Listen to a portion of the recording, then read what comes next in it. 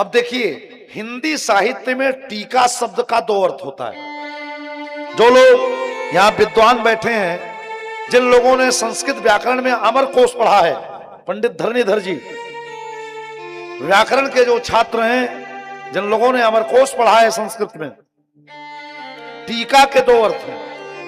हमारे यहां पाणिनि व्याकरण में लिखा गया है, अनेकार्था ही धातवः, एक धातु के कई अर्थ होते हैं। जैसे संस्कृत में भज सेवायाम धातु से भजन और भोजन दोनों शब्द बनता है। जनयति जना माया ताम मर्देति जनार्दन, नरस्य अज्ञानम नारः स हरयत इति नारद। शब्दों की व्युत्पत्ति होती है हमारे व्याकरण में। टीका शब्द का दो अर्थ है। एक टीका का मतलब होता है तिलक, नहीं लोग कहते टीका लगा दो टीका। एक टीका का मतलब तिलक। उसी टीका को किसी राज्य के उत्तराधिकारी के लिए कहा जाता है तो उसमें एक शब्द बढ़ जाता है तिलक में, उसको कहते हैं राज तिलक। एक अर्थ क्या है टीका माने? टीका, तिलक। एक टीका का अर्थ होता है तिलक, और दूसरी क्रम में आप देखेंगे तो व्युत्पत्ति जब बदलती है तो वैयाकरण में दूसरा अर्थ टीका का होता है निंदा। नहीं, कोई आदमी कहता है अरे इस आदमी की तो बड़ी टीका टिप्पणी हो रही है, इस बात पर तो बहुत लोग टीका टिप्पणी कर रहे हैं। टीका माने निंदा, एक टीका माने तिलक। माता कैकेयी ने अपने मुंह से राज्य मांगा ही नहीं। चौपाई देखिए क्या मांग रही है, जबकि मंथरा ने क्या सिखाया था कि सुत ही राज राम ही बनवासु। अपने बेटे के लिए राज्य और राम के लिए वनवास मांगना, ऑल लाइफ। इसमें मंथरा 14 का नाम नहीं ले रही।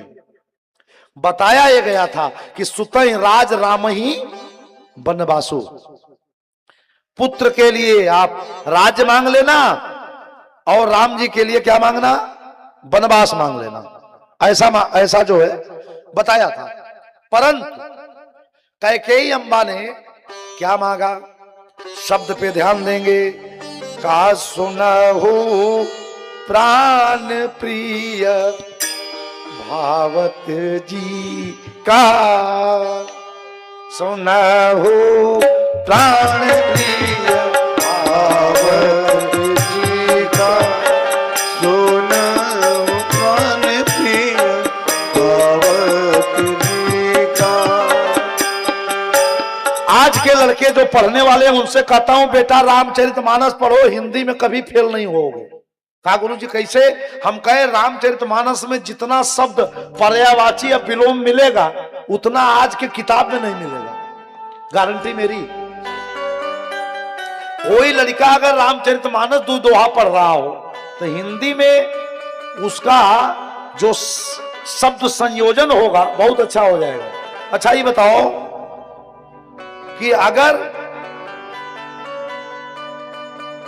पति आ रहे हो, अंग्रेजी में पूछा जाए कौन है तो कहा जाएगा हमारे हस्बैंड हैं।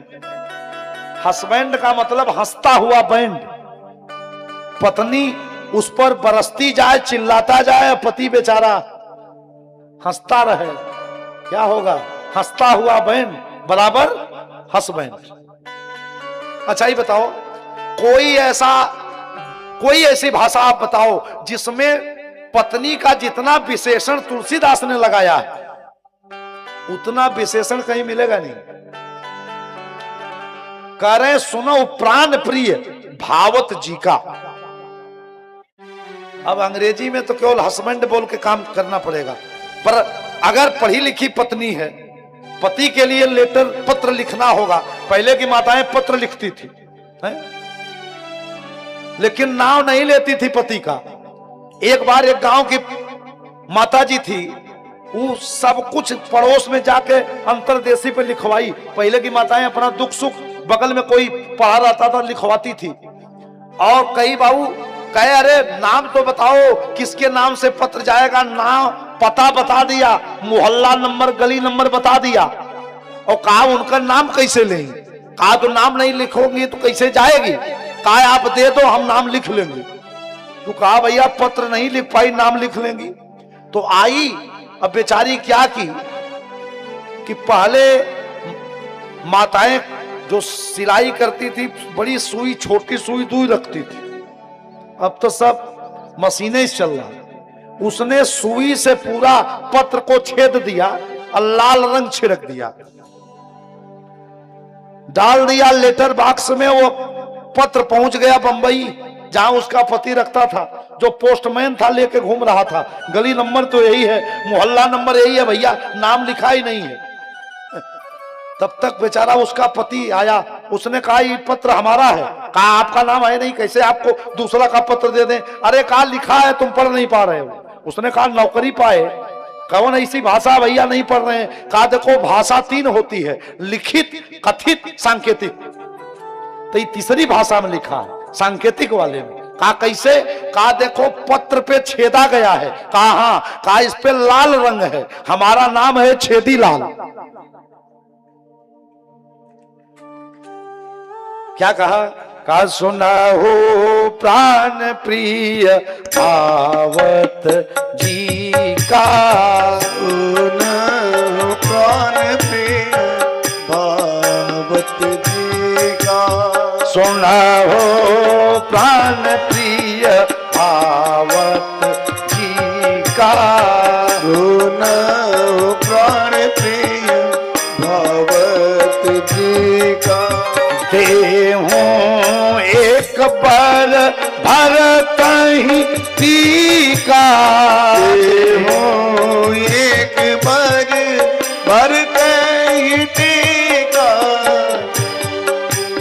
माँ ने राज नहीं मांगा, टीका मांगा। माँ के कहने का आशय था कि मैं अपने राम के लिए जो है टीका न मांगू, राजगद्दी न मांगू, कोई बात नहीं, मैं अपने भरत के लिए राम को टीका माने राज तिलक न मांग के भरत के लिए मांग रही हूं, तो निश्चित रूप से मेरी समाज में टीका होगी, निंदा होगी। पर मेरे भरत की टीका भले हो कि अपने बड़े भाई को जंगल भेज के स्वयं गद्दी पर बैठना चाहते हैं, पर मेरे प्राण से प्रिय मेरे राम की समाज में टीका न हो, राम का अपजस न बढ़े, इसलिए देह एक बार भरत ही टीका। मेरे बेटे की टीका भले हो पर फिर मेरे राम की टीका न हो। ये टीका में 2 अर्थ। अच्छा चलिए और आगे बढ़िए। अच्छा एक बात आप बताएं कि जिसको वरदान मांगना होगा वो हाथ क्यों जोड़ेगा, कहेगा हमारा है दे दीजिए, लेकिन जब दूसरे वरदान मांगने का नंबर आया तो मां का हाथ कांपने लगा। चौपाई देखिए तुलसीदास जी का, कितनी चतुरता से बाबा लिख रहे हैं। कहा दूसर बर मांगू कर जोरी, दूसर बर मांगू कर जोरी, दूसर बर मांगू कर जोरी। जब दूसरे वरदान का मांगने का नंबर आया तो माता कैकेयी की वाणी रुध गई। तब राम जी को लगा कि अगर मैं नहीं चलूंगा तो माता मंगवा नहीं करेगी, काम फंस जाएगा।